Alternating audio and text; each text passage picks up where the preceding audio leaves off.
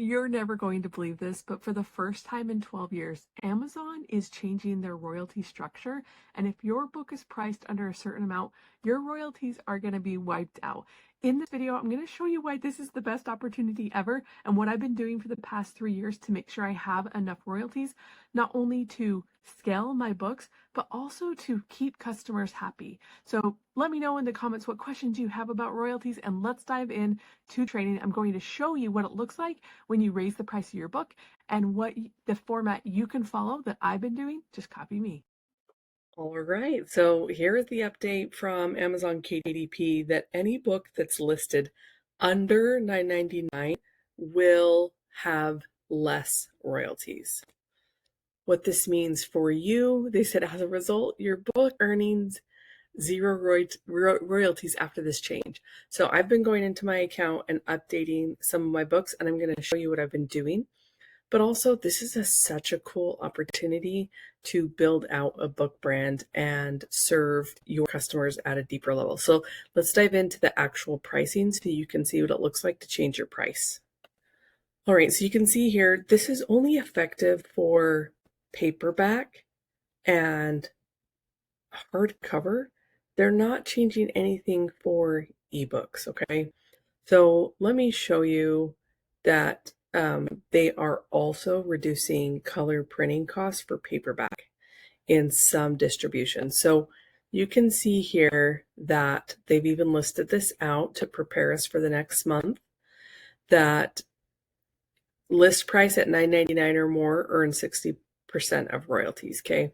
So watch this change as I put in the new price. Oops. The most you can do is $250, right? Okay. So here's the neat thing is that I'm actually, by doing this, I'm making 69 more cents. Okay. So this is a really cool opportunity. You can see though, for each marketplace, it's going to change. So it's a good practice to go across and raise your prices on all these things. Now, on your books, make sure that you have the A+ content updated and that you're clearly benefiting and clearly communicating what the benefits of your book are, right? Because if you have a logbook that's $4.99, then if you're not communicating that benefit, it might be hard to raise the price of that. But let's talk about some of the low content books and a good pricing strategy for you to actually make more money with this change. Now, I can imagine if you're someone that has been pricing your books at the very bottom of the barrel, then this is going to be very disappointing news for you. But if you are like me and you understand that there's never been more currency in the world than there is right now, this is an opportunity to make more money. And let's talk about the psychology of this. Let's talk about the Amazon customer and what they expect, right? In the world of tariffs right now, and there's a lot of different things going on politically, let's talk about what we do have control over, and that is actually pricing for profits. If you're new to this channel, I've sold over $211,000 in book sales, and the only way that I was able to do that was having margins, and that is the book royalty, right? And so we're going to talk about being able to make more money with this price change in royalties. Okay. Now, when I was in college, I sold shoes as my part-time job while I was getting a degree. I became a master shoe fitter. Every time that I went in the back room to get shoes, I always brought out multiple types for the customer. I started selling more than the people that were working full-time. And when I had paid leave, I was making about $20 an hour, which is a lot of money for a college student 10, 15 years ago, okay? So I follow the 4-pair rule all the time. I don't ever create a book under a pen name by itself. I will not do that to myself. It's like having a customer come in and I only have one shoe for sale, right?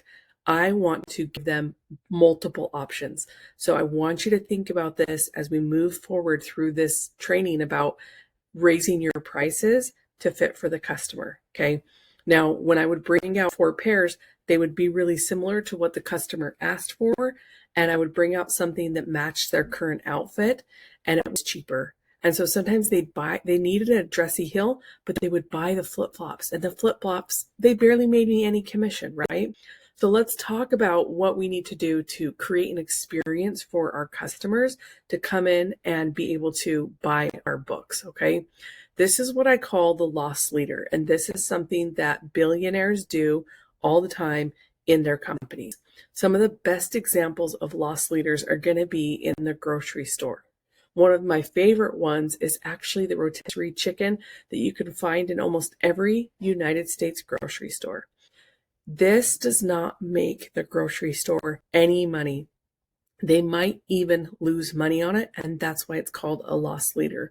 Another example of this in Costco and Sam's Club is when you go to get a gallon of milk. It is a loss leader. If these stores can get you in to buy a gallon of milk, the chances of you buying something else are very high that they're willing to make the milk and make the chicken so cheap they're willing to lose money on it, okay? I've done this multiple times in my book account to be able to create loss leaders where I'm not going to make a bunch of money off of one book, but when they come in my bookshop, in my pen name, there is so many books to choose from that's how I'm putting in $1 in my ads and I'm getting $4 back. So we need to be strategic in our marketing because we are publishing on a third-party platform and we have to follow the Amazon rules. If there's anything you guys have learned from me over this past week is like when you publish on a third-party platform, you're not the boss. So let's look at what this looks like for a book and a brand strategy. Okay, so let's talk about these line journals that are maybe at the bottom of the barrel. Let's say this is a beekeeping, right? It has a beekeeping cover. It's for the beekeeper. If I'm building out a pen name around this, I need to have more than one book, right? I've got to have something for the customer to come in and they leave with a bunch of stuff. And so if you are now running up against your logbooks or your line journals or your low content books that are not making any money, you need to make sure that you have a brand catalog, a book catalog strategy in place, okay? So I would encourage you to add another book to that pen name. Here's an example, a beekeeping coloring book, right? And so when this person comes and finds this book on Amazon, they're able to see that they can get the line journal and they can get the coloring book, okay? And so this is similar as someone walking into your Sam's Club or your Costco or your grocery store, and they just need to get the milk or the chicken. They're just getting that line journal. But when they're there, what do they see? They see your coloring book too, right? And so maybe your loss leader, your line journal only makes you 89 cents. And then your beekeeping coloring book makes you $4.89. And then because you know what the customer wants, you're able to create a beekeeping logbook and you're priced at $9.99, which gives you $3.69 royalty. Now, as you can see this here, let me actually just grab my calculator and show the math to you that anytime that you put one book by itself, it really is a detriment to your overall sales. And so I want you to think about the customer in mind and that like who would come to a bookshop just for one book, right? Now it does happen, but what if we had more royalties to play with? This means this bookshop, the average cart value could now be $9.47. I think a lot of people don't really think like that, but my marketing background showed me, and I tested this out multiple times, that it's okay to have a loss leader in your book catalog and in your pen names, but you're going to be better off by building a brand. When someone comes in, they want to buy everything. And this is why I tell people, don't put scary adult Halloween books next to little kitty Halloween books. If I were to walk into your pen name, if it was a real book shop, I would not take my kids in there. Barnes & Noble has a separate shop, a separate area of their books just for kids. So please keep this in mind as you're publishing to build out stuff so when the prices change on Amazon, you're not affected. Now, when my books sell so well, I can spend up to $9 on this campaign, because if they buy everything in there, then I make the money back, right? And what I've noticed, every dollar that I put in, I get $4 back. This increases my organic sales. So please do not publish a book under a pen name without thinking about 4 to 6 other types of books there. As you get better with each book, you'll start making more money. And it is we live at a great time to be able to leverage these price increase and create quality books that actually demand our pricing, right? I have bought a book on Amazon, self-published, for $150. So don't discount your ability to create something that didn't exist before. Let me know what questions you have about building a book catalog. Let me know what questions you have about having a loss leader, or if you need to raise every book to $9.99 just to be able to keep your ads going. And just a reminder, if you want to learn more about self-publishing, I'd love to have you come to this free training. I'm talking about how I sold $200,000 in book sales. The things that we're going to talk about are really exciting, how books are profitable, why you don't have to write a book, and some known tips about making money with passive income with books. So I'll put the link below. Please grab the freebie, and I'd love to see you.